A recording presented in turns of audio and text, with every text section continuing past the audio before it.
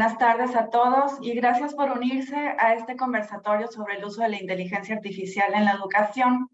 Hoy nos enfocaremos en cómo la inteligencia artificial puede mejorar la calidad de la enseñanza y también del aprendizaje. Por supuesto, también en su impacto en la educación en general. La inteligencia artificial se refiere al uso de algoritmos y sistemas de computación para imitar la inteligencia humana y llevar a cabo tareas que normalmente requieren habilidades cognitivas. En el campo de la educación, la inteligencia artificial tiene el potencial de mejorar la calidad de la enseñanza y el aprendizaje de diversas formas. En primer lugar, puede ayudar a personalizar la enseñanza, ya que puede analizar grandes cantidades de datos para identificar patrones y crear perfiles detallados de los estudiantes.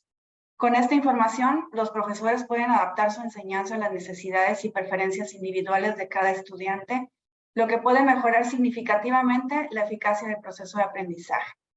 Además, puede mejorar la evaluación y el seguimiento del progreso de los estudiantes. Por ejemplo, puede analizar automáticamente los ensayos y exámenes escritos en busca de errores y proporcionar retroalimentación en tiempo real. Esto permite que los profesores dediquen más tiempo a las actividades de enseñanza y menos tiempo a actividades administrativas de corrección de tareas y de evaluación.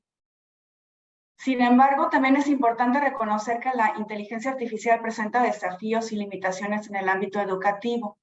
Por ejemplo, la falta de acceso a tecnologías avanzadas en algunas escuelas o el sesgo en los datos utilizados para entrenar los sistemas de inteligencia artificial pueden afectar su precisión y confiabilidad.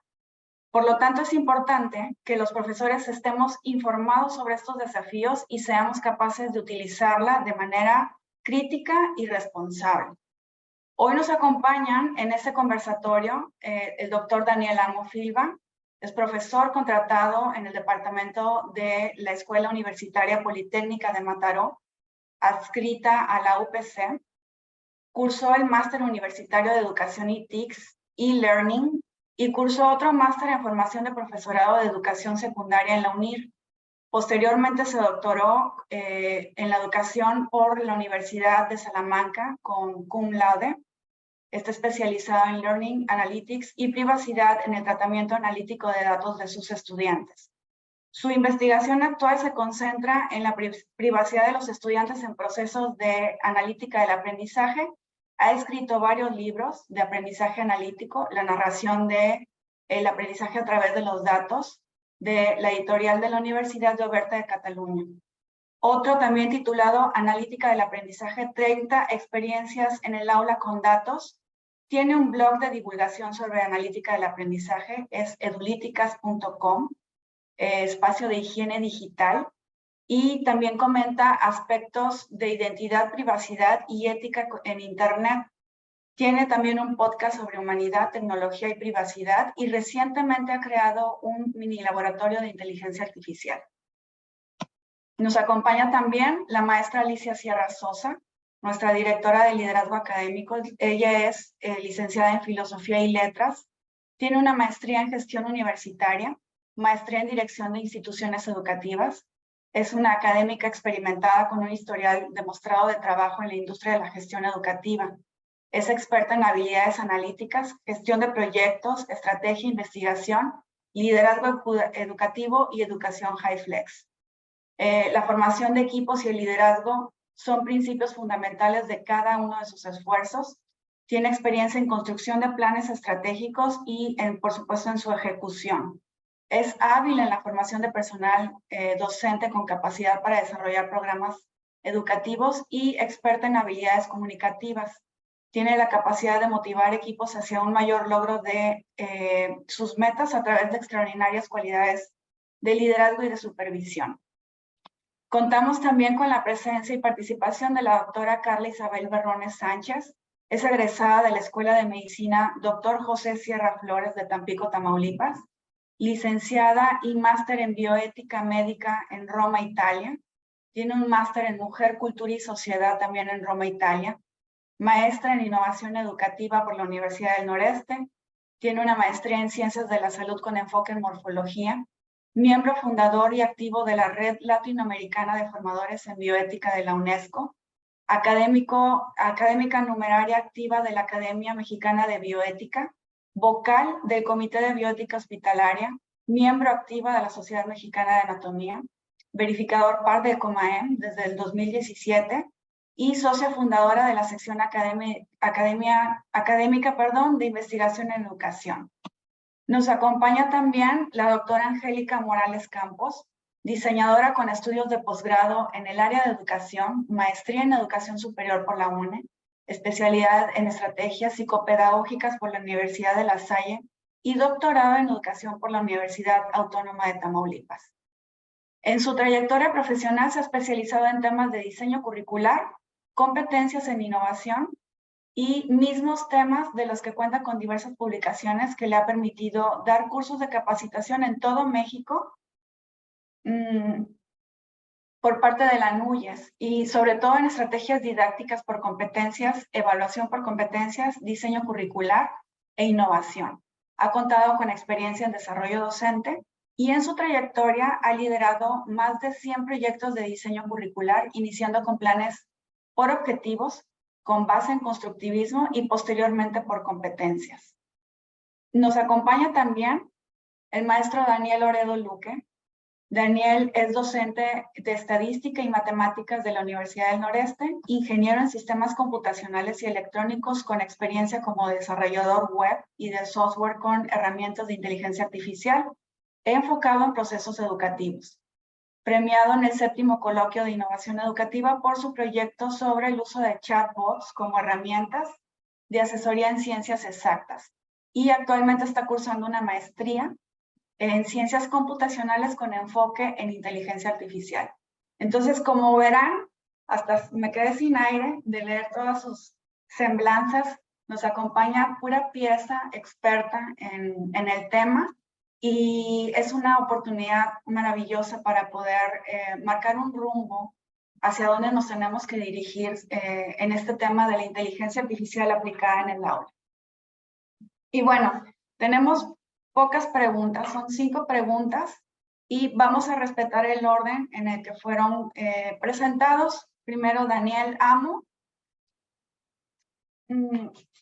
después Alicia Sierra, después Carla Berrones, después Angélica Morales y cerramos con Daniel Loredo, ¿sí? Y nos vamos entonces con la primera pregunta. ¿Cuáles son las principales aplicaciones de la inteligencia artificial en el aula y cómo pueden los profesores utilizarlas de manera efectiva para mejorar el aprendizaje de los estudiantes? Muy bien, pues si les parece, como ha dicho la maestra Luisa, pues empiezo yo, pongo cronómetro y de alguna forma voy a intentar no pisar a mis compañeros y compañeras porque de hecho Luisa ya ha hecho un buen resumen y casi que ha dicho todo lo que se podría decir, ¿no? Pero vamos a ver si podemos aportar más luz que sombras en este aspecto, ¿no? Si bien es cierto que las inteligencias artificiales, quizás yo me voy a centrar más en un proceso histórico, ¿no? No es nuevo lo que estamos viviendo. De hecho, quizás es nuevo y ha sido todo un proceso evolutivo. Todos estos lenguajes de gran escala, estos modelos de lenguajes de gran escala, ahora estamos viendo un poquito la punta del iceberg, ¿no?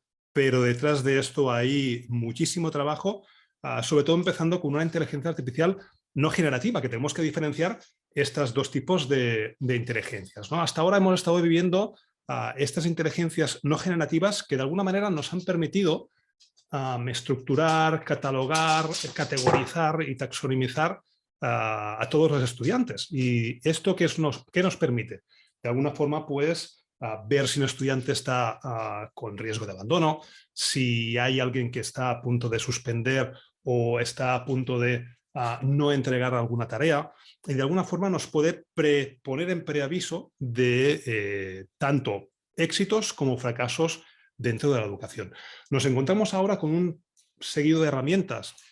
Por supuesto tenemos que nombrar a ChatGPT, ¿no? Pero tenemos muchísimos modelos de lenguajes a gran escala generativos que se están entrenando continuamente con distintos tipos de información y que se especializan cada vez más en distintas tareas. De hecho, el CEO de OpenAI ya dijo que quizás el futuro de estos tipos de herramientas no están en este gran tamaño de modelos, sino en modelos más pequeñitos y más especializados, ¿no? Entonces, esta IA generativa lo que nos permite es tener, a veces alguien dice que son asistentes, otros dicen que son becarios. Yo creo que son asistentes aprendices porque no terminan de darte ese punto de suficiencia o excelencia que estás buscando, ¿no? Entonces, estas herramientas lo que nos permiten es emular a una persona con ciertas capacidades cognitivas que en muchas y repetidas veces son mucho mejores que los seres humanos en ciertos aspectos, ¿no? Pero esto, si lo empuñamos como una ventaja, nos permite pues todo lo que Luis ha bien resumido al principio, desde evaluación automática, ayudar a esta evaluación formativa, incluso sumativa, ¿no? A aprovechar ese aprendizaje personalizado con tutores inteligentes, que los tutores inteligentes es algo que siempre se ha implantado en educación y con inteligencia artificial no generativa. Quizás ahora le sumamos la parte de feedback y de diálogo, ¿no? Que ya sabemos que educación siempre es diálogo, y le añadimos esta parte más humana y que de alguna forma pues nos acerca a un punto más cómodo con las tecnologías, ¿no? Por supuesto, y no puedo dejar de banda lo que son las analíticas del aprendizaje y todo este sistema de grandes modelos lingüísticos y que nos permiten acercar el análisis de los datos, creo que va a facilitar toda la parte analítica dura, ¿no? Porque al final es data science del duro, que no todo docente pues tiene no capacidad, sino conocimientos, experiencia y estudios en esto, ¿no? Hay, de hecho, estuve mirando cuál es el currículum y la especificación del currículum del aprendizaje relativo a las inteligencias artificiales en educación preuniversitaria, y creo que estamos muy lejos de la realidad, que quieren que todos nos convirtamos en programadores, matemáticos y estadísticos. Yo creo que es un error, es decir, tenemos que conocer unas bases, tenemos que conocer qué es lo que tenemos entre manos, pero no todos tenemos que saber programar, estadística, matemáticas. La educación tiene muchos ámbitos, muchos campos científicos que son muy bonitos de considerar y no apartar, ¿no? Que a veces las filosofías o letras las tenemos en un lugar demasiado lejos y ahora es el momento de que fluyan.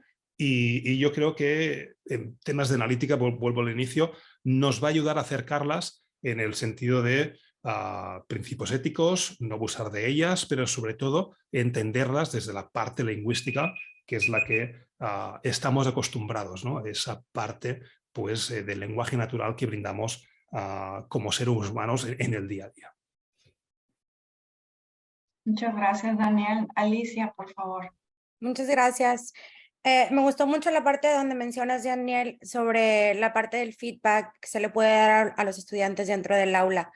Yo tengo algo parecido en cuanto a la pregunta que nos hacía la maestra Luisa Fernanda, donde dice que algunas de las principales aplicaciones en el aula para mí es la tutoría personalizada que puede dar la inteligencia artificial, ya que la inteligencia artificial puede proporcionar a todos los estudiantes una tutoría personalizada basada en las necesidades de cada uno de los estudiantes. De hecho, podemos nosotros como docentes permear cuáles son las debilidades y cuáles son las fortalezas de cada uno de nuestros estudiantes y poder crear un programa específico y estilo de aprendizaje para cada uno de ellos.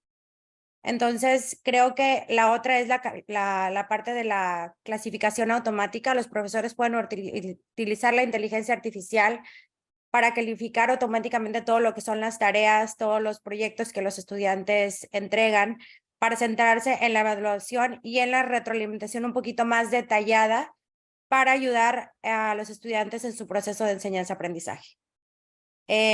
Otro para mí sería los asistentes de enseñanza virtual, que también lo mencionaste hace un rato. Los asistentes de enseñanza virtual que son conocidos como los chatbots.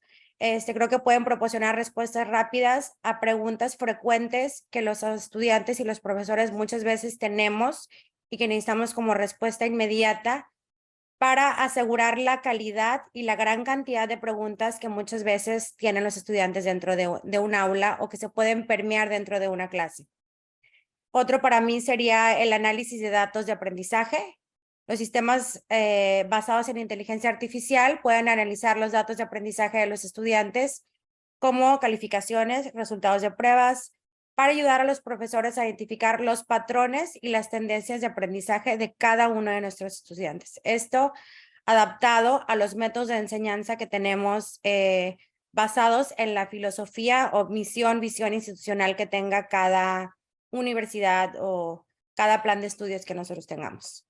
Y por supuesto, para mí yo creo que una de las más importantes que mencioné un poquito hace un rato es el diseño de contenidos de aprendizaje que puede ir de manera personalizada. Eso para mí es algo así maravilloso, que yo creo que si se usa de manera adecuada y bien aterrizada, cada docente puede sacar el mejor provecho de esta situación, ya que la IA puede ayudar a los profesores a diseñar contenido de aprendizaje 100% personalizado para cada uno de los estudiantes. Eso no te lo da cualquier herramienta, sino al docente ahora, hoy en día, le toma a lo mejor mucho tiempo en el poder identificar cuáles son esas fallas o esas debilidades o esas aptitudes que tiene cada estudiante que tenemos dentro de una clase. Y por medio de lo que es la inteligencia artificial, podemos sacar un método de enseñanza 100% adaptable a lo que queremos nosotros como docentes permearles a los estudiantes. Eso para mí yo creo que es el factor más importante, siempre y cuando no perdamos la esencia como profesor dentro del aula y tener esa parte humana y no dejarnos ir, como tú dices, también por toda esa parte de decir, bueno, ok, todos tienen que saber matemáticas, todos tienen que ser técnicos. Claro que no. Cada quien tiene su área de expertise y creo que la inteligencia artificial lo que tiene de bueno es que permite que cualquier área pueda trabajar con ellos. O sea, no nada más está en un área en específico. Gracias. Totalmente de acuerdo. Doctora Carla Berrones.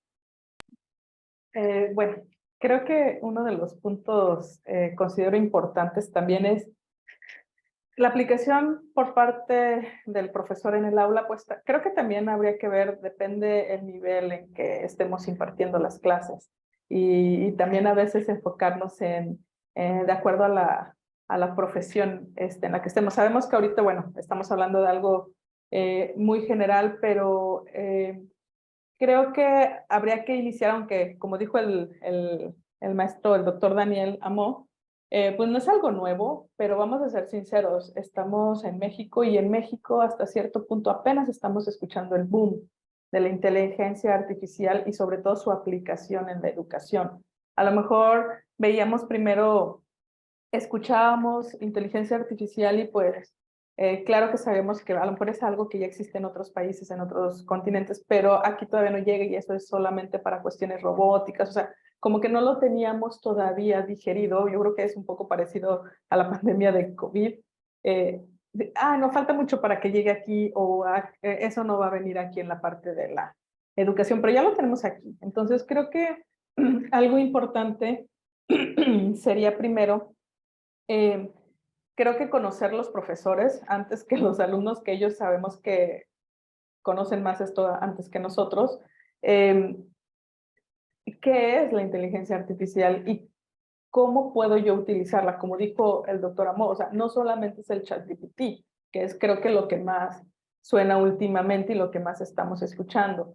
Hay otras herramientas y que son más útiles a lo mejor en otras profesiones, no tanto a lo mejor en el área de ciencias de la salud en mi caso, como son esas plataformas de inteligencia artificial o esas herramientas para a lo mejor imágenes o para resolver problemas matemáticos, aunque ChatGPT también te lo puede hacer, o por ejemplo para un texto pasarlo a un audio, por ejemplo, que antes pues era sumamente complicado y ahorita hasta son algunas de estas herramientas gratuitas. Y como dijo la maestra Alicia, o sea, ok, existen eso y que creo que es lo primero, que es una pregunta que viene después, los profesores tendríamos que saber y tener estos cursos que aquí en la escuela ya hemos empezado con estos cursos de capacitación docente en inteligencia artificial para saber qué herramientas y qué estrategias podemos utilizar en el aula. Por ejemplo, sabemos que tenemos diferentes niveles o estilos de aprendizaje, ¿no? Que unos somos más visuales, otros somos más auditivos, otros somos más kinestésicos. Hay carreras que deben de ser kinestésicas,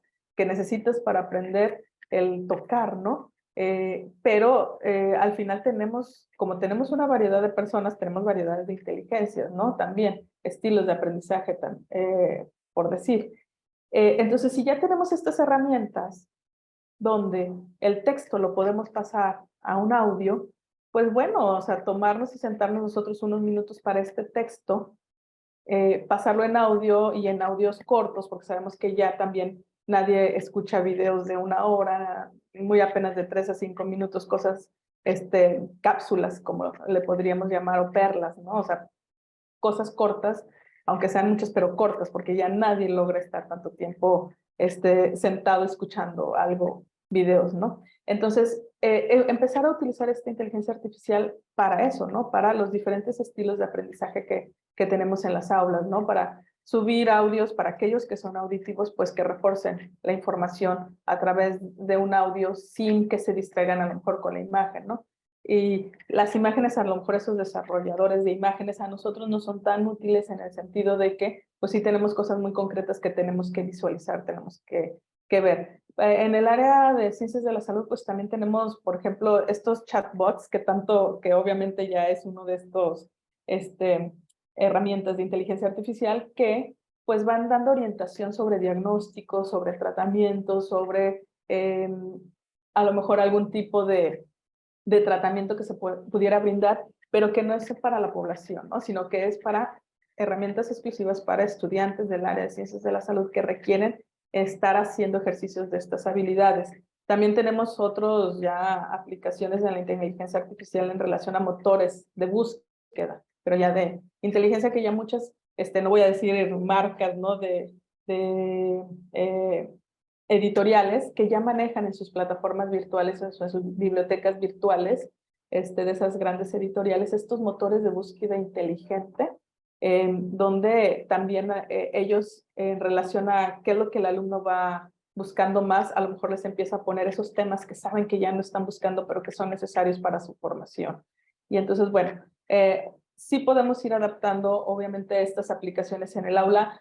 Algo importantísimo es que pues no tenerle miedo y no estigmatizarla, ¿no? Porque creo que también es parte de nuestra formación como profesores, educarlos, que viene más adelante de, la vas a usar, pero hay que saberla cómo usar y para qué es, ¿no? Sobre todo. Claro, en búsquedas como el ChatGPT de información, pues también hay que enseñarles que, o sea, ya no te puedo negar que hagas preguntas y busques ahí información como lo hacías antes en Google o en Wikipedia, pero sí cómo utilizas esa información. Creo que ahí también es donde nosotros podemos trabajar. Muchas gracias, doctora Angélica Morales. Hola, ¿qué tal? Muy buenas tardes y muchas gracias por la invitación. Déjenme les platico que antes de contestar, para contestar estas preguntas, sí, obviamente tuve que consultar al ChatGPT, pero resulta que estas respuestas las iba leyendo y decía, no, no, esto son valiosas, sin embargo, o sea, me queda muy claro que no es lo que yo diría, porque no es mi estilo, pero sobre todo mi experiencia, mi contexto, no hay manera que ChatGPT pueda expresar todo esto que yo he vivido y cómo lo estoy viviendo en estos momentos. Podemos hablar de sistemas de tutoría inteligente, asistentes virtuales, personalización del aprendizaje, análisis de datos educativos. Estas son las aplicaciones que no sirven de nada si nosotros como profesores no las dominamos en primera instancia. Pero sobre todo la clave debe de ser en el uso educativo es qué le pides a tu alumno y por qué, cómo se lo pides. Es decir, si lo que queremos es que use la inteligencia artificial como un tutor inteligente, habría que moderar o checar que efectivamente lo está usando a su favor, que sí va a ser un aliado. En la parte de la pregunta que nos dice que cómo puede mejorar el aprendizaje de los estudiantes, la inteligencia artificial, pues hay que partir que obviamente la inteligencia artificial es una herramienta, un asistente que no va a sustituir al aprendizaje. Este es un proceso de apropiación personal, de interacción con profesores, con alumnos, con referencias académicas, con expertos, y ahora se va a integrar a toda esta dinámica la inteligencia artificial en momentos y espacios muy concretos y específicos, con propósitos claros.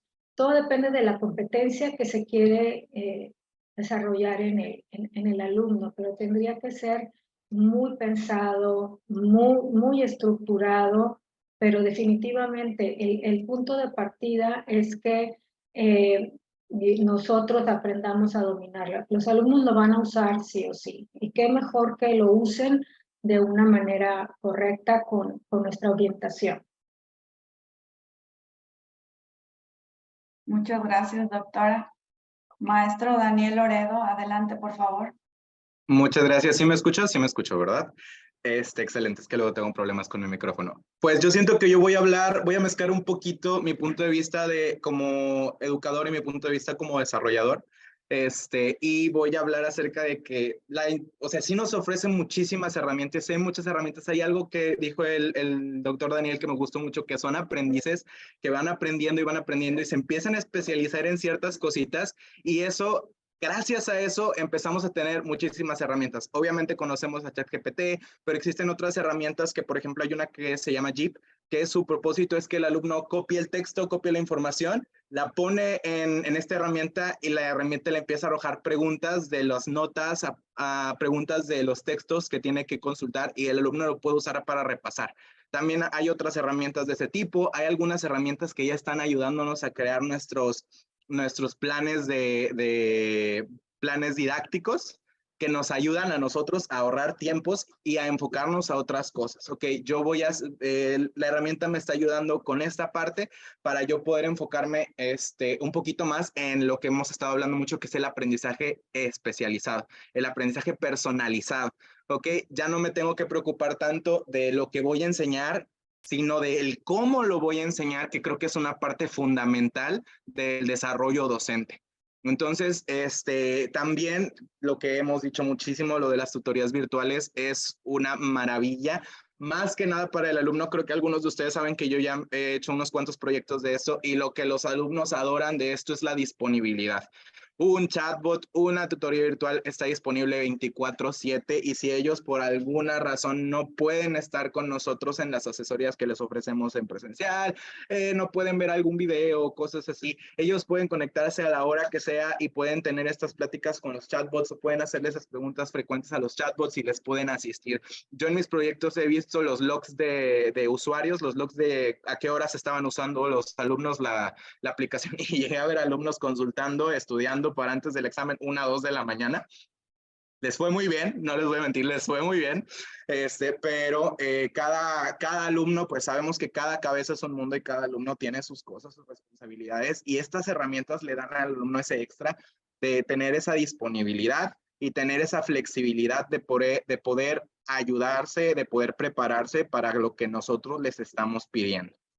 También pues hablamos acerca de la personalización del aprendizaje, y también nos están ahorita empezando a ayudar un poquito más con el desarrollo de evaluaciones automáticas, igual no como tal para darnos lo que nosotros tenemos que poner en el examen, pero nos ayuda a darnos una idea de qué es lo que podríamos preguntar, qué es lo que se acerca a la competencia que yo estoy tratando de desarrollar, a la habilidad que yo estoy tratando de desarrollar, y pues también hay herramientas para eso. Entonces sí, como dijo el doctor, estas herramientas están poquito a poquito especializando, y cada una va saliendo su propia funcionalidad específica, y obviamente es imposible conocerlas todas, es sumamente difícil, pero sí es bueno, y creo que es muy útil, y la universidad nos está ayudando muchísimo en eso, ser capaces de identificar cuáles son las que genuinamente nos pueden ayudar a hacer nuestra labor docente 1000 veces más eficiente.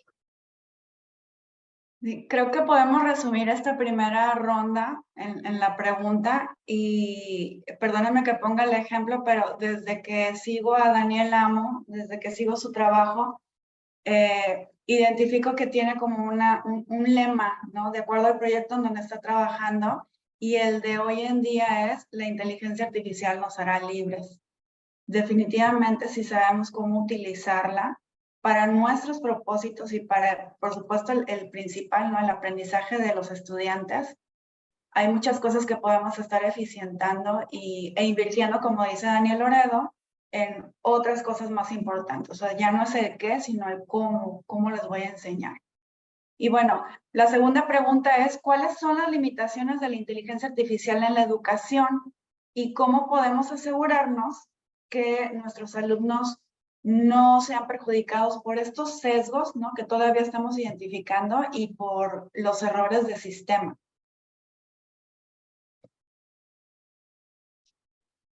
Perfecto, pues continúo con la ronda de preguntas, ¿no? Es una buena pregunta, porque, y creo que aquí podríamos estar horas comentándolas, ¿no?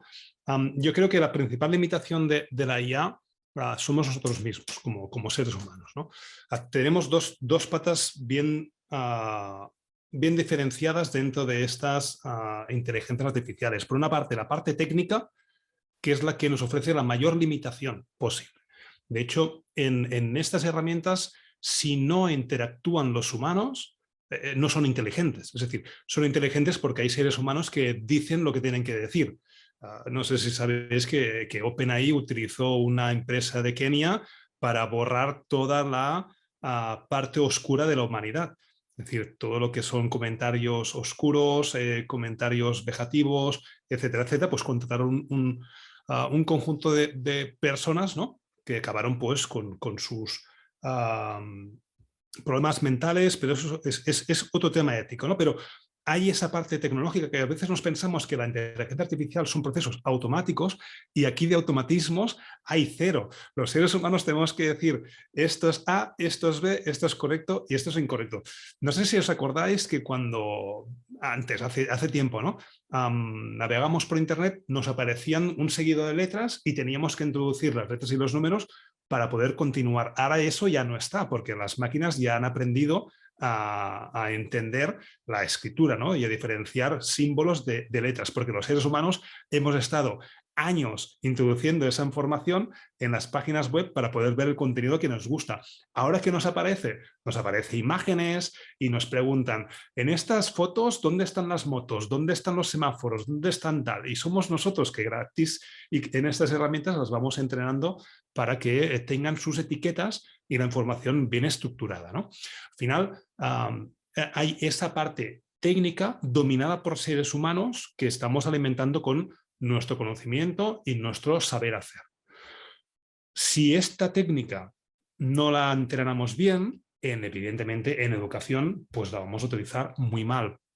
Y esto nos lleva a lo siguiente que comentaba tanto la doctora Angélica. De hecho, creo que lo habéis comentado todos, ¿no? Es decir, es necesario ese pensamiento crítico, transferirlo a los estudiantes para que sepan discernir, ¿no? Y aquí creo que entramos en ese nivel de suficiencia de cada persona.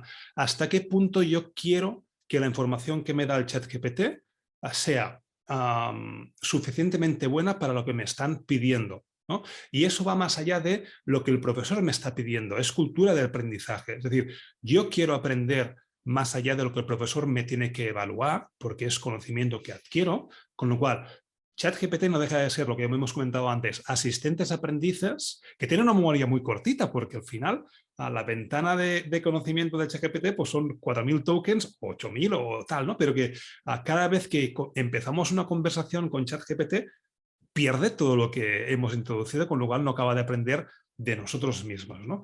Lo que quiero decir para aterrizar, las limitaciones en educación vienen más no por el uso que se da, sino por cómo entendemos estas tecnologías. Si nos confiamos de la información que nos está dando, caemos en la parte de sesgos, incoherencias, etcétera, etcétera, ¿no? Con lo cual tenemos que ser conscientes de cómo debemos utilizarla, pero más allá de esto es hasta qué nivel quiero yo llegar. lo que me está dando ChatGPT para mí ya es suficiente, porque además es muy atractivo lo que te está ofreciendo, ¿no? Lo lees y tiene una sensación de veracidad al 200%, con lo cual te manipula y te hace entender que lo que te está dando es correcto, pero el contenido a lo mejor es incorrecto, ¿no? Y ese es el mensaje que creo que quiero transmitir para responder a esta pregunta, ¿no? ¿Cuál es el nivel de suficiencia de cada estudiante en el uso de estas inteligencias artificiales? ¿El primer resultado es el correcto? ¿El segundo es el correcto? ¿Debo yo reflexionar el contenido que me está devolviendo esa herramienta? ¿Cuál es el nivel de suficiencia? ¿Hasta dónde tú te crees que está tu nivel de excelencia educativa, ¿no? Yo creo que esa es nuestra tarea como docentes, empujarles a superarse cada día, ¿no? Es decir, este es tu nivel hoy, vale, perfecto. Mañana súbelo un poquito más, súbelo un poquito más. Lo que te está dando estas herramientas, dale la vuelta, reflexiona sobre ello, ve si realmente la información es correcta, valida, compara, contrasta, dialoga con tus compañeros y, por supuesto, con el docente, ¿no? Así que cuidado con ese nivel de suficiencia. Ese es el mensaje que quería transmitir. Me encanta que te pones alarma. Es que así no me paso. Adelante, Alicia. Gracias. Yo creo que todo lo que está diciendo el doctor Daniel Amo me encanta porque todo se resume en una palabra y para mí es el equilibrio entre encontrar, no perder la parte humana, pero aún así seguir avanzando a cómo va la tecnología día a día, ¿no? Yo creo que me enfocaría en lo que es los sesgos y errores de los sistemas de la inteligencia artificial. Me enfocaría mucho en lo que es la falta de comprensión emocional dentro de los estudiantes. La usan tanto que a lo mejor pueden hacer preguntas, quieren atender ciertos casos y esto puede limitar su capacidad para proporcionar una retroalimentación emocionalmente inteligente a los estudiantes para poder apoyar su bienestar emocional. Ese puede ser un error muy grande que a lo mejor alguien que no sabe el uso adecuado de estas herramientas puede cometer el error en donde para mí en mi opinión personal, no hay nada como el contacto humano, más esto debe estar equilibrado y alineado para encontrar el beneficio de por ambas partes, ¿verdad? Otra para mí serían las limitaciones en el aprendizaje no estructurado, ya que pues, bueno, los estudiantes a menudo aprenden en estructuras las cuales le llamamos no lineales o experiencias no lineales, y eso hace más difícil a la inteligencia artificial para analizar todo este tipo de datos, ya que tú entras a un chat GPT y te arroja la información de manera muy precisa, muy concreta y no va más allá, ¿sí? Para mí, otro, y bueno, yo puse más que nada en listé lo que son más que nada algunas prácticas recomendadas para evitar estos sesgos y estos errores, y es el entrenamiento con datos justos y representativos, en cuales los profesores toman la mayor parte de este trabajo para trabajar juntos y asegurar que todos esos datos utilizados sean precisos y completos dentro y fuera del aula. Tal como lo decía Daniel y lo decía la doctora Carla Berronas hace un momento, creo que para garantizar todas estas decisiones que puedan tomar ellos en su aprendizaje al día a día, los profesores y desarrolladores de la inteligencia artificial tienen que trabajar juntos en el desarrollo de sistemas que permitan la supervisión y la corrección humana adecuada, ya que el sistema no te lo arroja de manera inmediata. Entonces yo creo que ahí es donde está el equilibrio para que un alumno o un docente incluso pueda tomar una decisión basada en un chatbot, en la inteligencia artificial, pero también basada en el pensamiento crítico, como lo mencionabas hace un rato, y muy aterrizado en lo que es pues el contacto de humano a humano, ¿verdad? Yo creo que eso es la clave de todo esto. Gracias, Luisa. Doctora Carla. Pues bueno, ya hay cosas que por ahí ya fueron mencionadas, pero algo, insisto yo, que hace apenas unos meses estaba hasta allá el miedo, ya no vamos a existir los docentes porque la inteligencia artificial va a suplir a los profesores, ya no los necesitan los alumnos, entonces, bueno, ya es una profesión que va a morir. Debemos y retomo este punto porque considero que es importante, una limitación de la inteligencia artificial y en la educación y en cualquier ámbito de nuestra vida, pues va a ser eso, o sea, no va a sustituir a una persona, como en su momento cuando surgió la simulación, simula a un paciente, pero sabemos que no es un paciente real, porque cambia totalmente nuestro caso en el área de ciencias de la salud, perdón que yo me enfoque ahí, ¿verdad?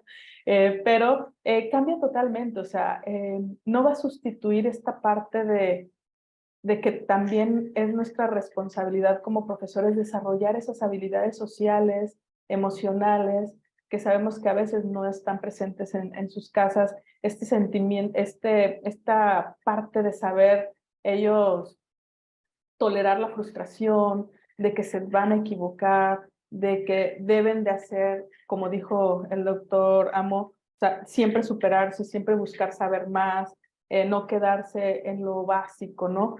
Considero que es lo primero, esa es una limitación, o sea, no es una persona, es alimentada toda la inteligencia artificial, alguien lo tiene que alimentar, o sea, no surgió de la nada. Y no es emocional, o sea, no es una persona, por lo tanto, o sea, por más que el alumno esté ahí interactuando o la persona cualquiera, porque para nosotros como profesores te puedes perder ahí, como en su momento sucedió cuando surgió el internet, ¿no? Pero esas habilidades sociales de saber relacionarte con los demás, de entablar un diálogo, de la comunicación verbal, de el currículum oculto, o sea, no, eso no te lo da la inteligencia artificial. Eso va a ser un límite, el saber cómo reaccionar ante una negativa, ante cuando te están diciendo una información, una calificación. Eso no lo suple una inteligencia artificial. Podremos poner, digo, hablo porque la mayoría de lo que ahorita casi se conoce, al menos acá de este lado del charco, pues es el ChatGPT, o sea, sinceramente, que es ese juego de estar preguntando y preguntando y preguntando y preguntando, y no solo son preguntas, son, como dijeron, vamos a hablar más adelante de qué otras cosas, como lo dijo el maestro Daniel, nos facilita mucho la vida a los profesores cuando lo sabes usar. O sea, él habló de planeaciones didácticas, yo hablo de rúbricas o instrumentos de evaluación, pero se requiere de que haya alguien atrás que tiene un pensamiento, que tiene un razonamiento, que tiene un sentimiento, que tiene una emoción, ¿no? Entonces eso no nos lo va a sustituir nunca la inteligencia artificial, aunque nos quieran engañar ya con un robot con inteligencia artificial, pero al final no tiene emociones, ¿no? El que las tiene es el que está enfrente de él respondiendo a. Entonces también, digo, hay que tener cuidado con eso. En el caso de nosotros también, por ejemplo, recordar que, insisto, aunque utilicemos estas herramientas de inteligencia artificial, como les decía, y ya me pasó con algunos docentes, de pasar texto a audio, pues saber, ¿no? Que también debemos de tener esta cuestión crítica de nosotros también escuchar lo que estamos nosotros produciendo, ¿no? O sea, o estamos, y que en realidad somos nosotros o es la inteligencia artificial el que lo está haciendo. Nosotros nada más estamos como que pegando el texto, pero en realidad, ¿quién lo está llevando a cabo? Nosotros también tenemos que ser críticos de que, no está mencionando esta palabra de manera adecuada, esta herramienta, ¿no? Entonces nosotros buscar, porque al final estamos formando, que no se vaya hasta con errores ese tipo de información, porque puede confundir al alumno, puede confundirlo y creer que está aprendiendo algo que es correcto cuando no lo es, y que también eso va a ser limitaciones, por ejemplo, que pues obviamente a veces hay, o sea, ya ponen casos clínicos ahí para resolverlos en el ChatGPT, pero no saben cómo ponerlos, ¿no? Entonces aquí viene esta situación de que pues te puede hablar como si fuera un par o te puede hablar como un experto y que la información no está actualizada. Y sabemos que hay muchos ámbitos en la educación en donde la información cambió, como tan solo COVID, ¿no? Cambió, y si todavía no está actualizado, pues obviamente tu diagnóstico, tu tratamiento no va a estar actualizado si te quieres basar en estas herramientas. Entonces, esas son las limitaciones. Obviamente, como ya lo mencionaron, pues la parte no sustituye a una persona, no te da estas habilidades, esta competencia del saber ser, pues no te la va a dar la inteligencia artificial. Te puede dar recomendaciones de cómo actuar en caso de, pero al final, eso que sucede cuando ya estás en la vida real interactuando con otra persona, que es mucho de nuestro trabajo, de las ciencias de la salud, pues no te lo va a dar, es una limitación, ¿no? Me gusta mucho el ejemplo que pone de cuando se comienza a utilizar la simulación en ciencias de la salud, porque es como un muy buen parámetro, ¿no? De cómo podemos enfrentarlo. Y es justamente la razón por la cual están ustedes invitados a este conversatorio, porque son enfoques muy diferentes, ¿no? Ambos, tanto Daniel Amo como Daniel Loredo, desde su perspectiva de ingeniería y de su pasión por datos cuantitativos y la analítica, y bueno, a la maestra Alicia y la doctora Angélica con un rumbo académico, sobre todo hablando de la institución educativa para la cual nosotros estamos trabajando. Y bueno, no, sin duda el enfoque de la doctora Carla Berrones, hablando por ciencias de la salud, ¿no? Porque esto abarca todas las esferas de la vida, y aunque ciertamente han habido pues muchas inquietudes al respecto, o sea, creo que todo lo resume muy bien, o sea, hay alguien detrás que es el que aplica el raciocinio y el pensamiento crítico para poder marcar ese rumbo. Doctora Angélica, adelante, por favor. Muchas gracias. Hablando de las limitaciones, yo resalto 3. Una de ellas, que lo han mencionado todos, el sesgo en los datos, pero la falta de comprensión contextual, la dependencia excesiva, son algunas de las limitantes. En el caso del sesgo de los datos, pues tenemos que tomar en cuenta que la información que obtenemos de la inteligencia artificial finalmente es una recopilación de datos históricos. Realmente no conocemos la fuente, los autores, no podemos asegurar si existe alguna tendencia de pensamiento, de ideología, tal vez una cuestión de género. Nunca debe tomarse como referencia absoluta porque realmente no es una referencia, son ideas, textos de fuentes que desconocemos, que sí nos ayudan en el día a día, nos ayudan a generar ideas. Sí, yo usé ChatGPT para abordar estos temas, pero realmente fue eso, ¿no? Fue mi impulsor para generar mis ideas propias.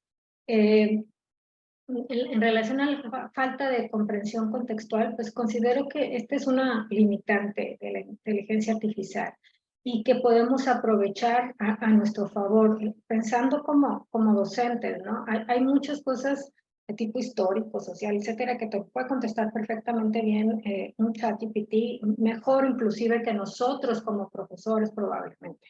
Sin embargo, podemos preguntar ¿cuáles son las limitaciones de la inteligencia artificial que han encontrado los profesores en la UNE? Eso no nos lo puede contestar. Eso lo tenemos que contestar nosotros y en eso es en el que nos tenemos que estar abocando en estas actividades con nuestros alumnos. No solamente el conocer, sino ese conocer, darle su contexto, saber darle un muy buen contexto. En cuanto a la dependencia excesiva, pues debido a las limitaciones mencionadas, pues obviamente no debería de exagerar en su uso, además de que esto no permite el desarrollo del pensamiento propio, del análisis, de la percepción personal.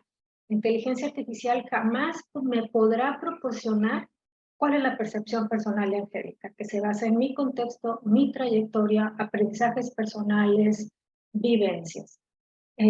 En relación a que los alumnos no se vean perjudicados, pues es un asunto de concientización, de formación que se logra con el diálogo con nuestros alumnos previo al uso de la inteligencia artificial, durante y después. Hay que ayudarlos a pensar, a guiarlos en tópicos positivos y negativos. Método socrático es lo que enfatizaría yo. Gracias. Muchas gracias. Adelante, maestro Daniel Loredo. Muchas gracias. Hay algo que mencionó el doctor Daniel que es súper importante en el desarrollo de sistemas y que tiene mucha razón. La mayor limitante de la inteligencia artificial ahorita es la parte humana. Hay una frase cuando estamos en este ciclo de desarrollo de sistemas que dice que Si tú le das basura a tu sistema, el sistema te va a dar datos que son basura. Entonces, ahí entra la parte de la validación de datos y ahí entra la parte de cómo nosotros tenemos que, si vamos al ejemplo más popular de ahorita, ChatGPT, si nosotros queremos conseguir datos factibles, datos que sí podamos utilizar, tenemos que saber cómo pedírselos para que nos lo pueda arrojar de regreso. Yo tuve una situación particular previo a unas clases, decidí que iba a implementar ChatGPT para hacer una consulta en una clase de estadística y poder hacer un análisis de medidas de dispersión con respecto a el uso del aceite vegetal a lo largo de los años y el incremento de la obesidad en la población.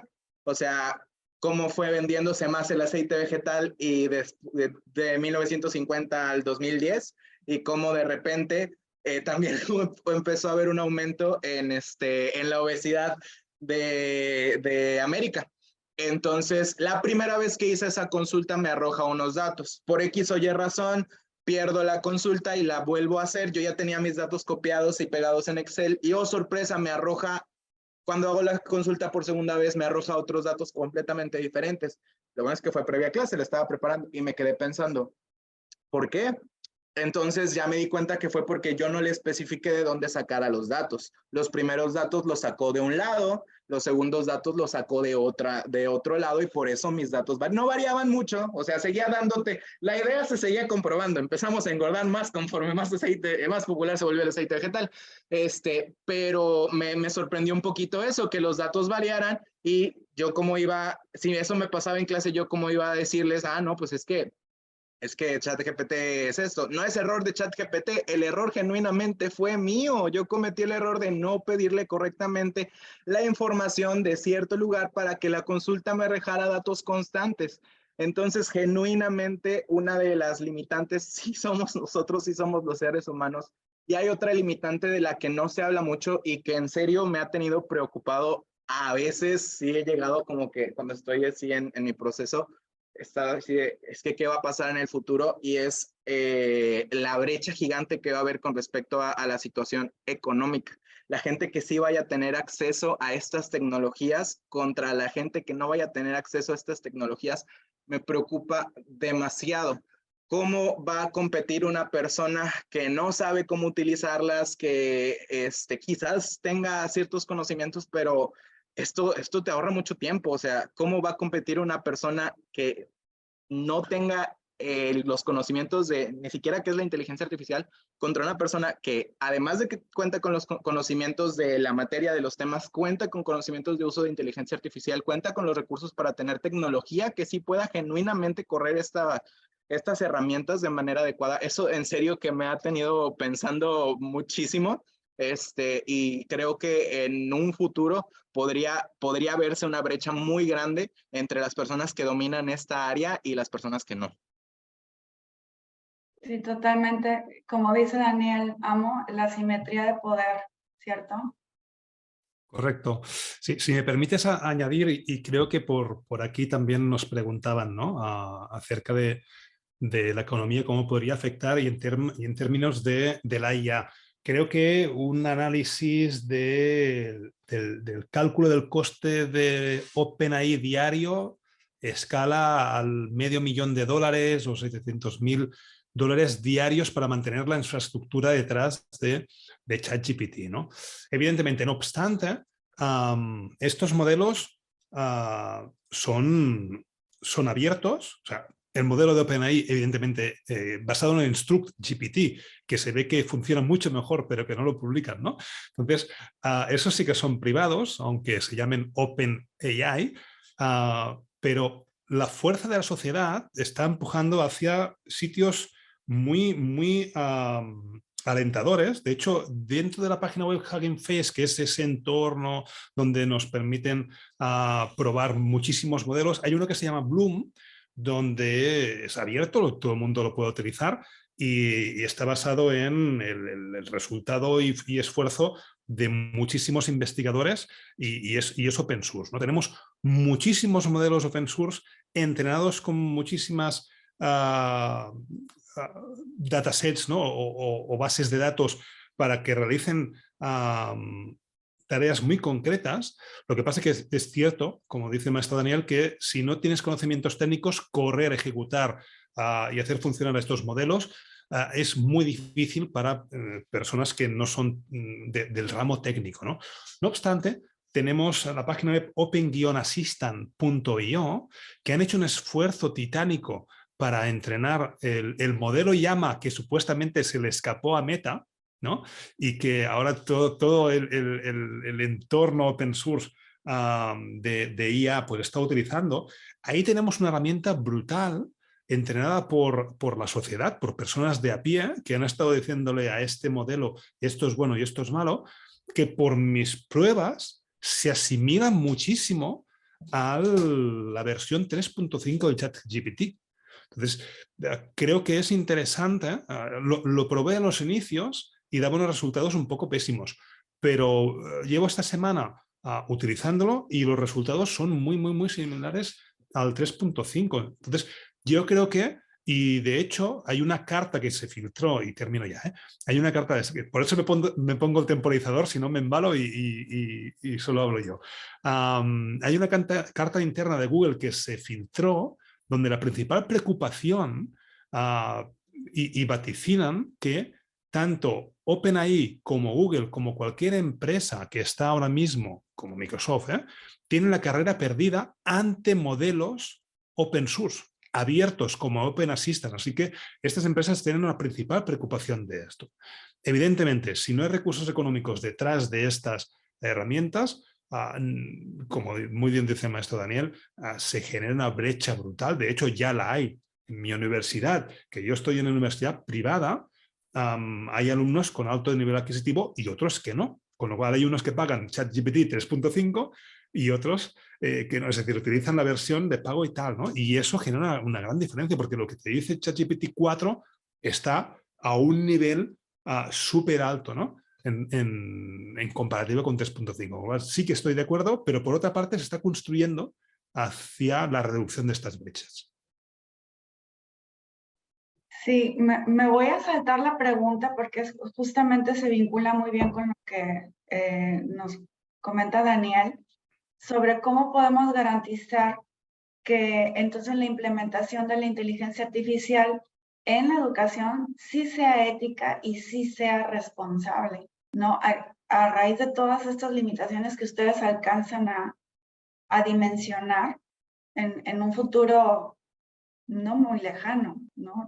A lo mejor más un mediano o un largo plazo puede ser un poco difícil de ubicar, pero en un futuro muy corto sí estamos hablando de muchísimas limitaciones y de riesgos y algunas, pues sí, amenazas, ¿no? Pero entonces, ¿cómo podríamos estar garantizando que esta implementación sea ética y responsable si es algo que depende de nosotros? No sé si han escuchado, y voy a hacer una intervención muy cortita, a Sam Altman delante del Senado en el Capitolio, ¿no? Creo que es algo que hay que ver, o al menos la parte resumida, ¿no? Que hay distintos vídeos resumidos, ¿no? Creo que es muy interesante cuando le preguntan, ¿cree de alguna forma que la inteligencia artificial es un peligro para la humanidad? Y él absolutamente convencido dice que sí, que según evolucione puede ser un gran peligro para la humanidad, ¿no? En cambio, por modelos de negocio están empujando hacia ahí, ¿no? Es decir, separan mucho lo que es la ciencia de lo que es la ética y moral, ¿no? Al final, la ética puede ser un lastre para la ciencia, pero la ética puede ser lo que salve a la humanidad, ¿no? Como datos y tipos de inteligencia artificial. Corrígeme si me equivoco, maestro Daniel. Tenemos la inteligencia artificial estrecha, ¿no? Que es la que estaríamos viviendo ahora mismo, que puede hacer algunas cosas y nos salva de algunos apuros, como redactar pues memorias de proyectos, etcétera, etcétera, ¿no? Redactar un correo electrónico, por ejemplo, el Bing, la parte de crear, es fantástico para redactar comunicaciones, copies y cosas de este tipo, ¿no? Luego, algunos vaticinan que en el 2040 más o menos, aquí unos 20 años, aparecerá lo que es la inteligencia artificial general, ¿no? Que algunos dicen que el GPT-4 pues ya tiene algunos destellos de inteligencia, ¿no? Y ahí es cuando dicen que podemos empezar a preocuparnos, sobre todo los docentes de universidad, que sí que va a ocupar nuestros lugares de trabajo. Yo creo que no, ¿eh? Y luego tenemos esa superinteligencia, que de alguna forma no vamos a saber que es inteligente porque será tan inteligente que hará cosas que no entenderemos y pensaremos que incluso es tonta, ¿no? Pero en cambio es súper mega inteligente y nos está de alguna forma manipulando. Creo que tenemos que ser muy conscientes de que hay ciertos peligros, de que sus usos, más allá de si hay sesgos o no, comporta ciertas partes éticas que a veces, y termino ya, si doy paso al maestro Daniel, nos olvidamos que es la pisada de carbono que generan estos modelos en su entrenamiento y en su uso, ¿no?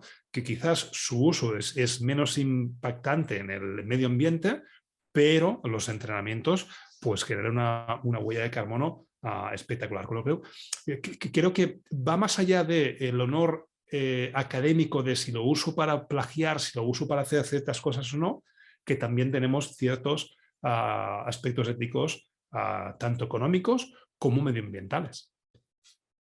Sí, y aquí va a ser bien interesante conocer la perspectiva de Alicia, ¿no? Con una visión filosófica, hablando precisamente de consideraciones éticas y responsables. Adelante, Alicia. Gracias. Levanté la mano luego, porque para mí sí es, como lo mencioné hace rato, todo se trata de un equilibrio. Hace rato mencionaba el maestro Daniel Oredo sobre cómo se pueden ir perdiendo trabajos a lo largo del tiempo por medio de la inteligencia artificial. Yo lo veo desde el área educativa y lo platicábamos hace unos 3 meses. Yo le decía a Luisa, ¿qué pasa si no nos capacitamos en tiempo y forma en este proceso como administrativos y docentes dentro de una universidad? Los alumnos se van a comer a los docentes y no necesariamente se van a quedar sin trabajo por falta de conocimiento o por falta de habilidades en el aula. Se van a quedar a lo mejor sin trabajo por no conocer un proceso que ya se está llevando a cabo, que es una realidad y por el cual no podemos ir en contra de. Entonces yo creo que aquí la clave es, de manera ética, como lo dice el doctor Daniel Amo, de manera ética y profesional, llevar todos esos recursos y avalarlos para afianzarlos y poder nosotros primero, como instancia educativa, poder entenderlos éticamente para poderlo bajar a los alumnos a que lo puedan llevar de manera adecuada. Porque yo no le veo absolutamente nada de malo en el uso de todo esto, pero sí tienen que llevar un acompañamiento muy humano y muy aterrizado por parte del profesor. Y yo creo que la clave en todo esto es el profesor dentro del aula. Sí, hace una semana exactamente platicaba también con la maestra Luisa Fernanda. Las dos tenemos hijas en secundaria, por ejemplo, y platicábamos y yo le decía, yo no le he platicado a mi hija que existe, por ejemplo, el chat GPT. De seguro ya lo conoce, pero yo no se lo he querido decir porque yo sé que a lo mejor le estoy dando una herramienta para que ella ya no haga sus tareas, sus ensayos como los hace y que yo la veo que se sienta y escribe todo a mano. Pero es una disyuntiva donde yo digo, bueno, al final de cuentas la tengo que encaminar, como todos los docentes, vamos a encaminar a nuestros estudiantes para llevar a todo esto de una forma ética y profesional, sobre todo en el mundo laboral, porque es una realidad que esto va a afectar al mundo laboral a un corto, mediano plazo, la verdad. Entonces, para mí, realmente contestando, ya no sé en cuál pregunta nos quedamos, Luisa, realmente, pero creo que los profesores pueden utilizar una variedad de herramientas y recursos para ayudar a los estudiantes a comprender toda la parte de la inteligencia artificial, pero sobre todo el impacto que tienen en el mundo y en la sociedad y dentro y fuera del aula. Gracias. Adelante, Daniel Oredo. Creo que también, y es súper importante mencionarlo, se tiene que tener en consideración la parte ética de un desarrollador. O sea, si tú vas a utilizar la inteligencia artificial, ¿para qué la vas a hacer? ¿Cuál es la finalidad de tu aplicación? Si yo, por ejemplo, hago una herramienta de inteligencia artificial que su finalidad es que conteste correctamente los exámenes de Google Classroom o los exámenes de Google Forms. O sea, yo sé como desarrollador, ¿para qué va a usar una persona eso? Yo sé ya sé hacia dónde va a ir mi herramienta, no es para ayudar al pensamiento, para facilitar cosas de labor pesado. Yo sé que si hago eso es para que un alumno muy probablemente lo va a utilizar. ¿Para qué? Para copiar. Entonces ahí viene la parte de como ética del desarrollador, ética de las personas que están detrás de estas tecnologías, que también está ahorita un chorro el concepto de roboética, la ética de las inteligencias artificiales y de la robótica. Y ese ha sido una preocupación de años. Sabemos por ejemplo, el test de Turing, que nos ayuda a saber si un sistema pues puede contestar preguntas como si fuera un niño. Entonces, ese tipo, y eso viene de años atrás, esa preocupación ha estado ahí siempre, y creo que también es parte y es labor de las personas que están desarrollando estas tecnologías tener eso en cuenta. No es nada más hacer la tecnología y tirarla así a todo el mundo. Es que creo que tiene que tener un propósito. Ahorita pues están impulsándolo mucho, pero como dicen, pues una preocupación a largo plazo para algunas personas que dicen que a lo mejor la inteligencia artificial puede ser un peligro para la humanidad. Pero tenemos que tener las consideraciones éticas. Si tú ahorita le preguntas a ChatGPT, si yo le digo a un alumno, dame tu opinión acerca de X película, y el alumno va y le dice a ChatGPT, dame la opinión de esa película, ChatGPT, ¿qué le va a decir? Como modelo de inteligencia artificial, yo no soy capaz de darte una opinión. Sin embargo, yo te puedo decir que la película la hizo esta persona en tal año, y le empieza a dar hechos. No le puede dar la opinión porque está bien hecha, está bien diseñada, porque la inteligencia que utiliza ChatGPT tiene sus limitantes y sabe que no debe de dar opiniones. Si yo como persona voy y le digo a ChatGPT, me duele la cabeza y estoy sangrando de la nariz, ChatGPT te va a decir, como modelo de lenguaje, yo no te puedo dar un diagnóstico, te recomiendo que vayas al doctor, pero te puedo dar una noción un poquito de qué podría hacer. Sin embargo, yo no estoy sustituyendo a un doctor. Eso es lo que ChatGPT te da a entender. Entonces, si las personas detrás de estas tecnologías tienen en cuenta las implicaciones éticas de lo que están desarrollando, creo que podría ser una tecnología que, como esperamos y como dicen, nos hará libres. ¿Ok? Pero no es nada más desarrollarla por desarrollarla. Tiene que tener un fin, tiene que tener una planeación. Sí, ya se acoloró esto, hasta el gato está ahí tratando de involucrarse en el tema. Adelante, doctora Carla. Bueno, algo que se enlaza la tercera pregunta con esta, ¿no? Con la cuarta, con los aspectos éticos. Aquí es importante también recordar, quien diseñó ChatGPT y estas herramientas de OpenAI, pues obviamente tenía que protegerse también de todas estas cuestiones de demandas, ¿no? Entonces, por eso siempre va a empezar, como dijo ahorita muy bien el maestro Daniel, como inteligencia artificial. O sea, yo no estoy sustituyendo a nadie porque se tiene que proteger, al final es un negocio. Tenemos que recordar, aquí es quien lo utiliza, es a quien tenemos que estar formando en este aspecto ético, porque los otros no es que sean éticos, ellos se están protegiendo también, sinceramente, porque como dijo muy bien el maestro Daniel, el doctor Daniel, normalmente quieren separar la ciencia de la ética, ¿no? O sea, la tecnología, y por eso también surgió la bioética, ¿no? Esta separación de la parte humanística de la parte científica, tenemos que recordar. Entonces, obviamente va a cambiar esta formación ética y la utilización desde el punto de vista ético, depende de en qué nivel estemos teniendo a los alumnos. O sea, depende, como dijo bien la maestra Alicia, no es lo mismo, no le vas a hablar igual a un niño de kinder, a un niño de primaria, a un niño de secundaria o de prepa, de inteligencia artificial, que a un universitario y que hasta un profesor. Porque, por ejemplo, el maestro Daniel hace rato mencionó algo muy importante, que él buscando una tarea o resolver un problema, él se dio cuenta y él hizo ese razonamiento crítico hacia su trabajo, hacia su forma de dar las indicaciones y las instrucciones, de que el que había hecho mal la pregunta era él. Pero eso también nosotros debemos hacer esa reflexión cuando estamos con los alumnos. O sea, en verdad el alumno salió mal porque a lo mejor yo también las instrucciones para resolver un problema, un examen o un trabajo, yo las di de manera no adecuada. De hecho, hace unos días un doctor mencionó que había algo de su especialidad que le había costado mucho trabajo entender y que obviamente si a él le costó trabajo entender, le costaba mucho trabajo explicárselos a los alumnos de octavo.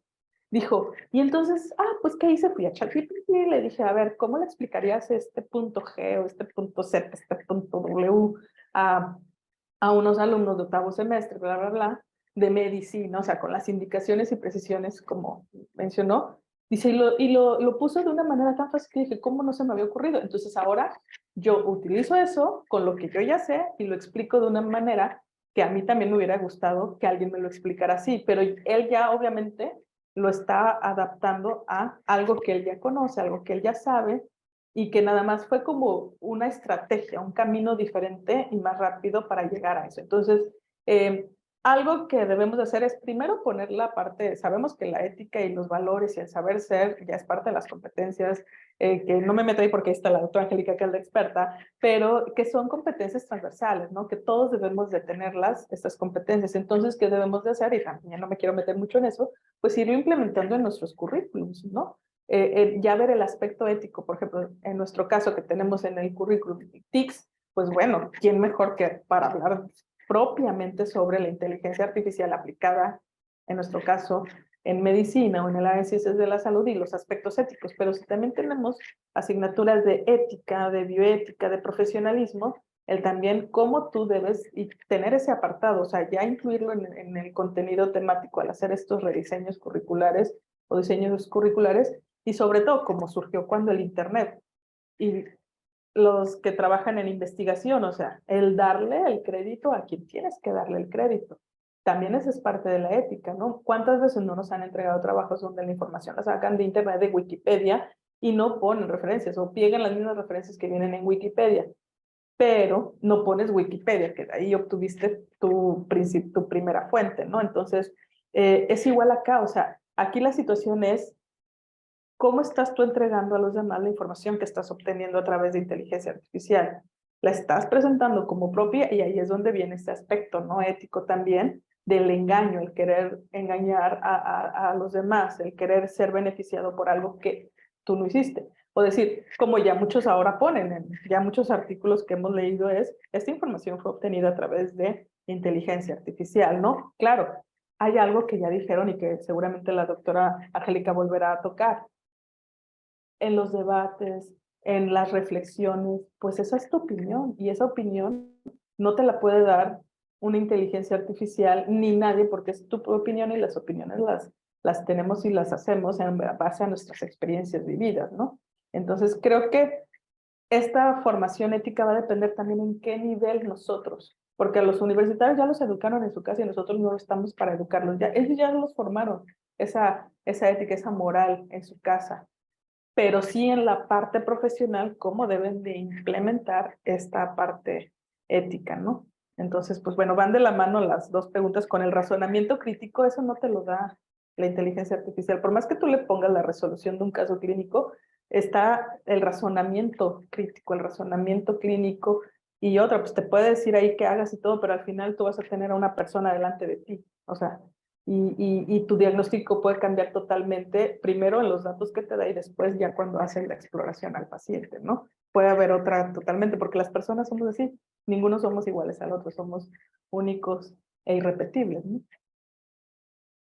Muchas gracias. Adelante, doctora Angélica.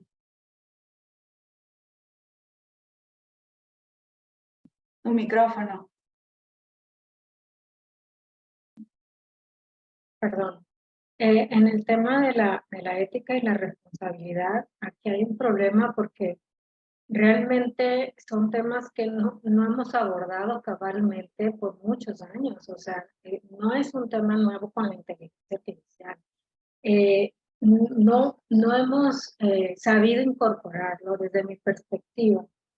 Hacemos sí muchas acciones, sí, muchos profesores desde su trinchera, pero así tangiblemente el tema de valores de actitudes siempre ha sido relegado. Casi no se perciben las planeaciones didácticas. Nos enfocamos en el saber hacer, pero no en el saber ser. Y ahora con la inteligencia artificial, pues se vuelve todavía mucho más complejo, ¿no? Porque hay que agregarle este tema de la ética, no solo al ejercicio profesional, sino también al acceso a la información y cómo se ha estado utilizando, si es que se utiliza la inteligencia artificial. O sea, se va a complicar un poquito más este tema de la ética. Uno de los temas que considero yo que tenemos que estar abordando para no dejarlo de lado, pues son los criterios de evaluación. Es una forma de abordar formalmente el tema del saber ser, porque aunque estén en los contenidos, nuestros saberes actitudinales, no se aborda como tal, ni siquiera en las actividades. Y así tendría que ser también con la inteligencia artificial, establecer algunos criterios muy concretos. Sí, utiliza la inteligencia artificial, debe de ser utilizada, pero bajo estos criterios tendremos que estar ahora abonando a nuestras rúbricas este tema del buen uso de una inteligencia artificial. No hacerlo invisible, no hacer, pues, cerrar los ojos y decir, sí, probablemente lo consultaron, probablemente no, quién sabe. Es mejor hacerlo visible y que sepa el alumno que va a ser evaluado en el uso responsable y ético de la inteligencia artificial como parte de su proceso de formación. Aquí hay mucha tarea pendiente, no solamente la parte técnica de la inteligencia artificial, en la parte didáctica, el proceso, y ahora súmale la parte ética, pues sí, sí lo vuelve complejo. Los beneficios definitivamente son muchos, y sí, pero finalmente es la persona, finalmente es nuestro alumno el que está pasando por este proceso de formación en unos tiempos que son totalmente nuevos para todos nosotros. Todo esto es nuevo para nosotros, pero sin embargo, no tan, para los alumnos va a ser algo totalmente diferente a como lo estamos viviendo nosotros. Entonces, pues sí, la tarea para nosotros como docentes se va a complicar más. Si este era un tema pendiente de poder integrar bien el saber ser dentro de nuestro día a día, ahora con mayor razón. Sí, y bueno, vamos a ir cerrando con la última pregunta. Les pediría solamente ser un poco más breves para no pasarnos tanto de tiempo y que nos dé oportunidad a leer algunos comentarios y preguntas que están en la sección de preguntas y respuestas. Y bueno, cerramos con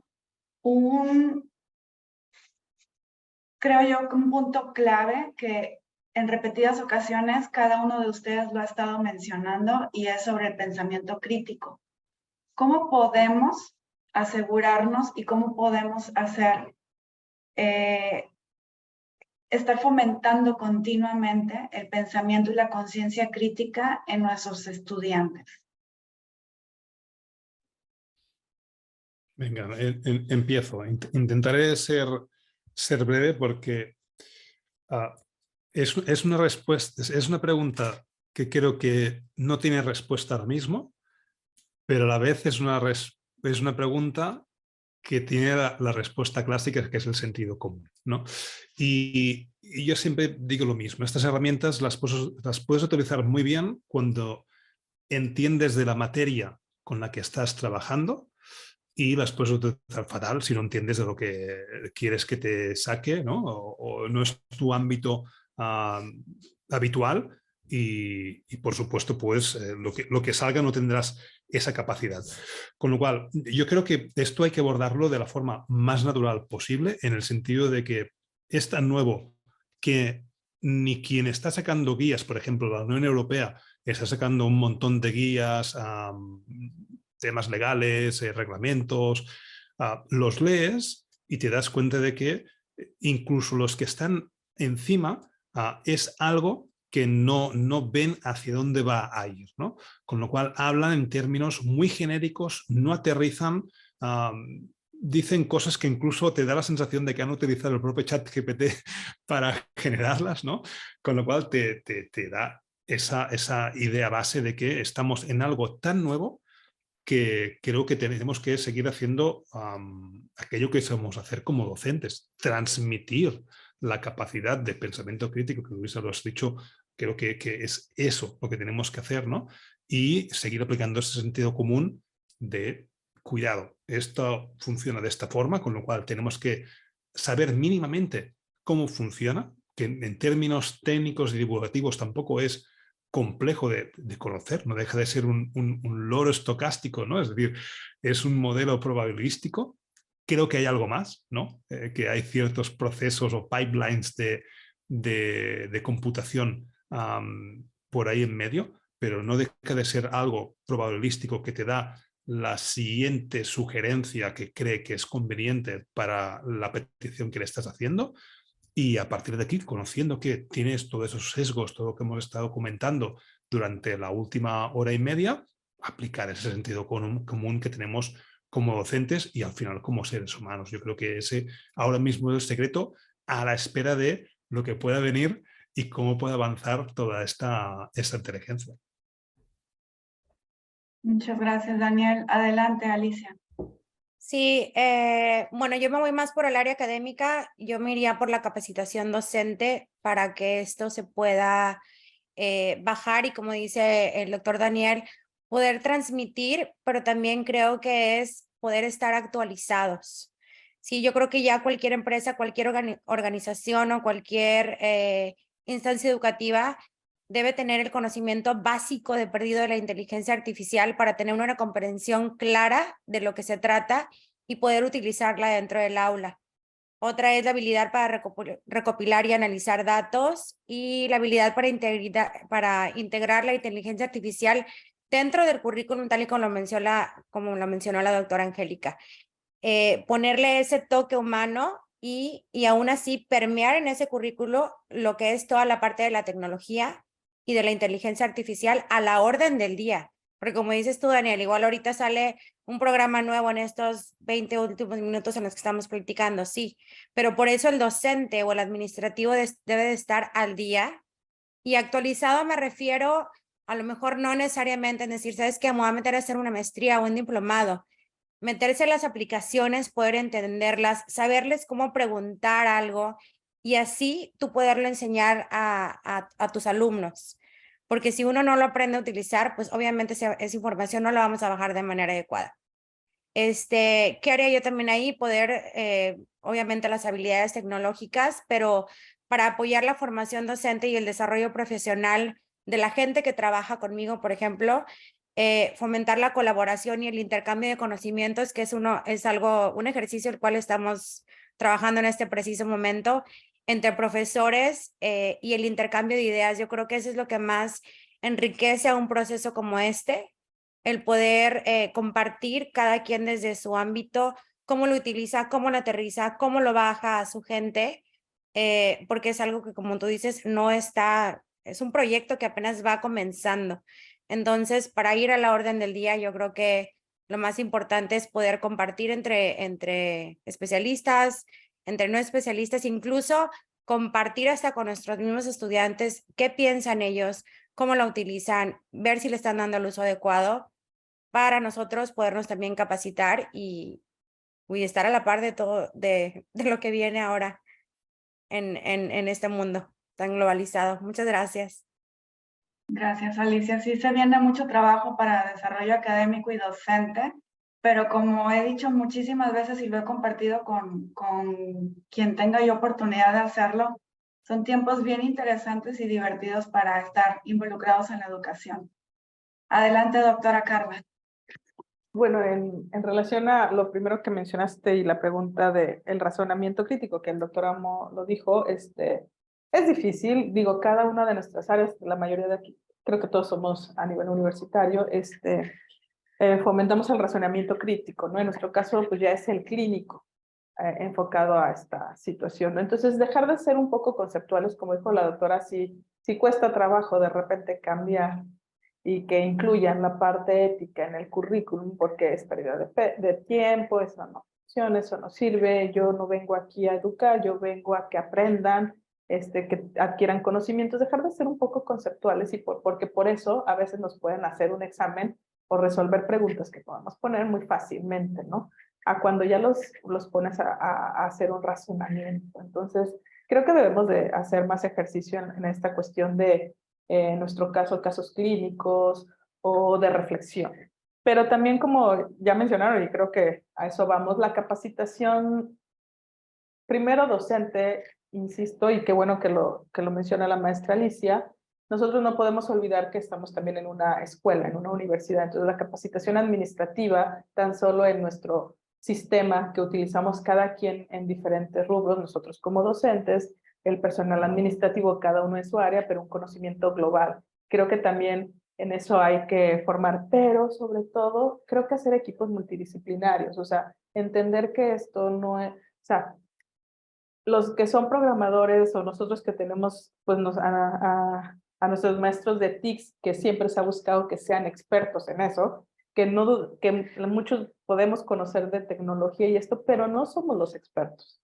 Podemos tener muchos conocimientos, pero nosotros no somos los expertos. Entonces, darle su lugar, en este caso, a los que manejan este lenguaje, como muchos de ustedes, o como el doctor Amor y el maestro Daniel, estos tecnicismos que por más que nosotros los veamos a lo mejor en ChatGPT, pues no los vamos a entender igual que ellos o no los vamos a expresar de la misma manera, ¿no? Pero hacer equipos multidisciplinarios aquí en la Universidad Noreste, donde estamos nosotros, como dijo la doctora Angélica, enfocarnos en nuestro espacio también, capacitar y capacitarnos, porque eso no termina en un curso, es todos los días porque va surgiendo algo, algo nuevo. Entonces, sí, esos cursos de capacitación, pues ahí lo siento porque Luisa tiene mucho trabajo, pero creo que estoy de la mano con equipos multidisciplinarios, o sea, no es exclusivo de algo. ¿Por qué? Porque el ponerlos en práctica no va a ser igual en ingenierías, no va a ser igual en, en educación preescolar, no va a ser igual en el área de ciencias de la salud y dentro todavía de nuestra área de ciencias de la salud, pues no es igual cómo aplican la inteligencia artificial en medicina que cómo la aplicas en nutrición o en terapia o en psicología tan solo, ¿no? Que psicología, pues va a ver que cuando estás en comportamiento y mente es un mundo totalmente ya intangible, no lo puedes tocar, ¿no? Entonces, saber qué hay en cada una, de conocer qué hay y que los demás también conozcan qué hay en cada una de nuestras licenciaturas en relación a la inteligencia artificial y cómo cada uno puede aportar algo que nos sea útiles a todos, ¿no? Y sobre todo eso, no tenerle miedo a que los alumnos digan, oigan, a ver, fíjese que en ChatGPT o en esta plataforma donde también puedes hacer esto, fíjese, o sea, los mismos alumnos a veces nos enseñan y nos orientan mucho sobre estos temas, porque si no vamos a volver a caer en algo que surgió en su momento, el analfabetismo digital. Ahora va a haber un analfabetismo en inteligencia artificial, ¿no? Y sabemos que eso puede ir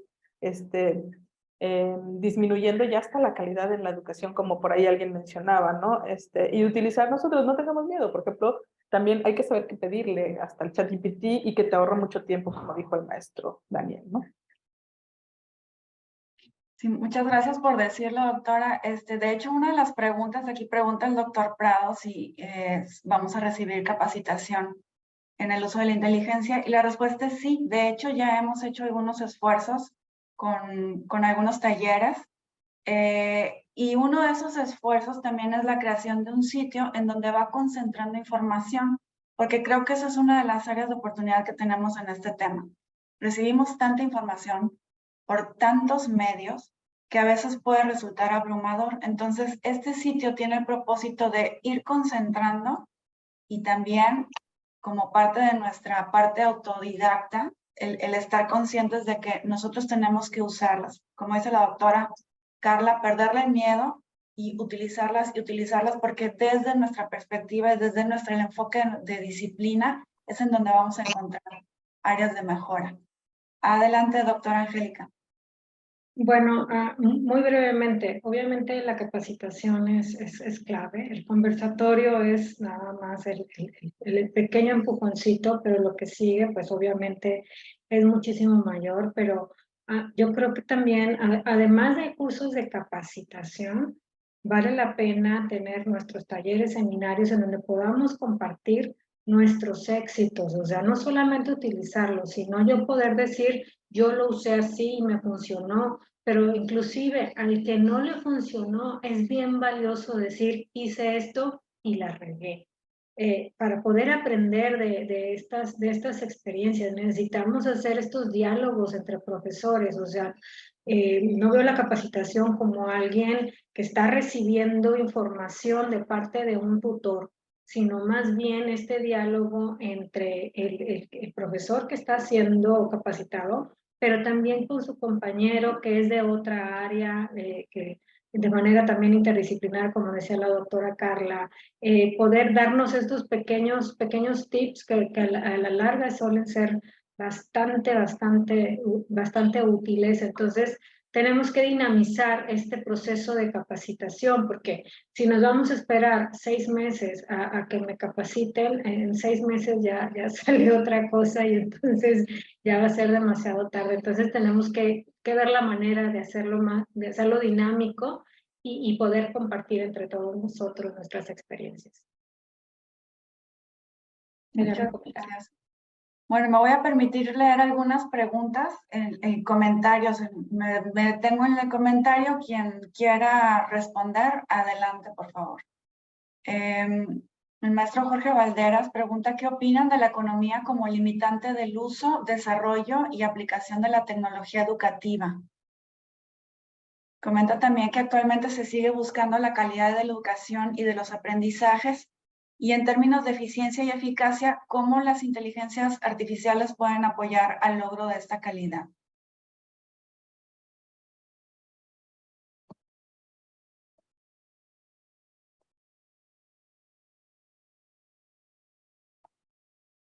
Si gustan, continúo o nos detenemos en esta pregunta. El maestro Arreola, Miguel Ángel Arreola, considera que no es un peligro, ya que existe algo que es la inteligencia emocional y algo superior que es la inteligencia espiritual, lo que no tiene una máquina. Recordemos que hay algo más que la toma de decisiones, tanto racional como intuitiva. El maestro Arreola también comparte: para evadir el fraude, debemos como docentes pedir investigaciones que sean de un nivel de pensamiento superior. Ejemplo, analizar, juicio, evaluar.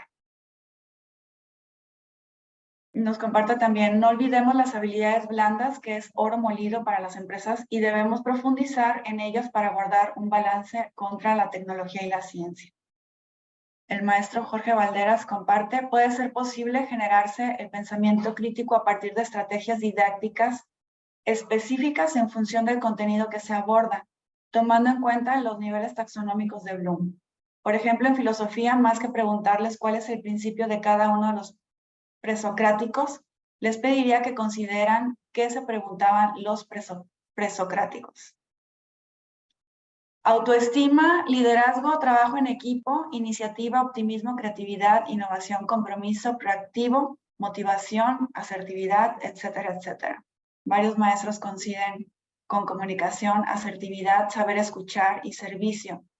Y bueno, me permito también compartirles, aquí está la liga del micrositio de inteligencia artificial que hemos creado para la universidad. Aprovecho también para compartir, el doctor Daniel Amo tiene un laboratorio de inteligencia artificial, comparte mucha información también a través de él. Y hay una liga al final de este chat para evaluar este conversatorio. Les agradecemos muchísimo que se tomen un minuto de su tiempo para responderlo. Y bueno, ya por último, no sé si alguien gusta responder alguna de las preguntas o un último comentario antes de despedirnos. Va, yo que por eso me pongo el temporizador, porque si no, cuando empiezo a hablar no termino. De hecho, me quedé con las ganas de escuchar al maestro Daniel en cuanto a ética tecnológica y compañía, que creo que tenía muchas ganas de hablar y creo que su opinión también puede ser muy interesante. Mira, coincido mucho con lo que han dicho Miguel y por supuesto en el chat, Jorge Valderas. Yo creo que a lo que se refiere Miguel es también lo que decía a la doctora Angélica, ¿no? Del saber ser, ¿no? La IA no nos va a robar ser humanos, ¿no? Y yo creo que eso es con lo que nos tenemos que quedar, ¿no? No nos va a sustituir, porque precisamente hay una cosa que se llaman neuronas de espejo, ¿no? Y que nos genera pues empatía, tenemos una amígdala, tenemos ciertas cosas que las máquinas no tienen, ¿no? Y que es justamente lo que está apuntando a Miguel. En cuanto a lo que dice Jorge Valderas, ¿no? Que también le he dado respuesta por aquí, por el chat, ¿no? En temas de eficiencia y eficacia, ¿no? Creo que ahora la IA está de moda, es el momento de utilizarla, de explotarla, de sacarle el jugo al máximo, pero también nos tenemos que plantear, ¿no? Si cuando vayamos a hacer alguna tarea o vayamos a hacer alguna acción computacional, ¿no? Si realmente es la herramienta adecuada para hacer ese trabajo, ¿no? Porque ahora todo es inteligencia artificial, pero por ejemplo, para sustituir una palabra en un texto, ¿no? Buscar y sustituir, ¿no? El buscar y reemplazar de toda la vida, no hace falta utilizar la inteligencia artificial, ¿no? Porque cuando lo utilizas, detrás hay una capacidad, o sea, hay una barbaridad de cómputo, gasto energético, etcétera, etcétera, etcétera, ¿no? Esa ética que comentábamos antes, ¿no? Entonces, planteemos, ¿no? ¿Cuál es el momento de utilizar la inteligencia artificial? ¿Por qué es el momento de utilizarla? Y cómo debemos utilizarla, ¿no? Yo creo que son preguntas que vamos a ir viendo y y que nos tenemos que ir haciendo cada vez que vayamos utilizándola, porque ahora parece ser que no haya nada más que inteligencia artificial, pero a lo mejor no es oro todo lo que reluce y a veces no utilizarla es la oportunidad en lugar de que la tecnología es la oportunidad, ¿no? Pues muchísimas gracias. Alicia, adelante, por favor. Sí, no me voy a tardar mucho. Me llamó mucho la atención que hablaban sobre el pensamiento socrático y presocrático. Yo creo que las dos van de la mano porque una realmente se centra en lo que es el diálogo y la búsqueda del cuestionamiento y la reflexión, y la importancia de examinar y poder cuestionar las creencias, los conocimientos, analizar la virtud a través de la autorreflexión y el autoconocimiento. Y en el presocrático realmente va más en lo que es el origen de la naturaleza y el universo, por ejemplo. Yo eso lo tengo bien presente porque lo he llevado en diferentes ocasiones, en varias clases todavía. Y para mí va de la mano y vuelvo a lo mismo, es un equilibrio entre las dos. Entonces es como que lo que estamos viviendo es una realidad que realmente está presente y que se tiene que abordar sin perder el sentido humanista. Entonces, de alguna manera, estos dos pensamientos van de la mano éticamente y yo creo que es algo en lo que tenemos que trabajar. Gracias. No, hombre, gracias a ustedes. Y bueno, ya está aquí la liga en el chat, el formulario de evaluación a este conversatorio. Agradezco a todos los panelistas por su participación activa y todos los asistentes por acompañarnos el día de hoy. Espero sinceramente que el contenido presentado haya sido claro, informativo sobre todo, y de gran utilidad para enriquecer su práctica docente con respecto del uso de la inteligencia artificial. La importancia de comprender las aplicaciones y las limitaciones de esto en la educación, no debemos de subestimarlas. Estos espacios son muy valiosos, sigamos fomentándolos y asistiendo a ellos. Espero que las discusiones y los ejemplos prácticos que los panelistas nos han compartido les haya proporcionado una nueva perspectiva, sobre todo motivarlos para utilizarlas, ¿no? Porque ahí está la clave, y que estas herramientas para implementarlas sean de manera efectiva, responsable y crítica. Recuerden siempre fomentar la conciencia y el pensamiento crítico con sus estudiantes, ayudándolos a comprender el impacto que esto tiene en nuestra sociedad. O sea, no es una división entre alumnos y maestros, es un impacto que tiene para absolutamente todo el mundo laboral, y los desafíos éticos y las consideraciones sociales pues deben de estar presentes en cada decisión que tomemos al utilizar la inteligencia artificial como una herramienta educativa. Muchísimas gracias a todos y nos vemos en un siguiente conversatorio. Hasta pronto. Gracias a ti y gracias a todos. Muchas gracias.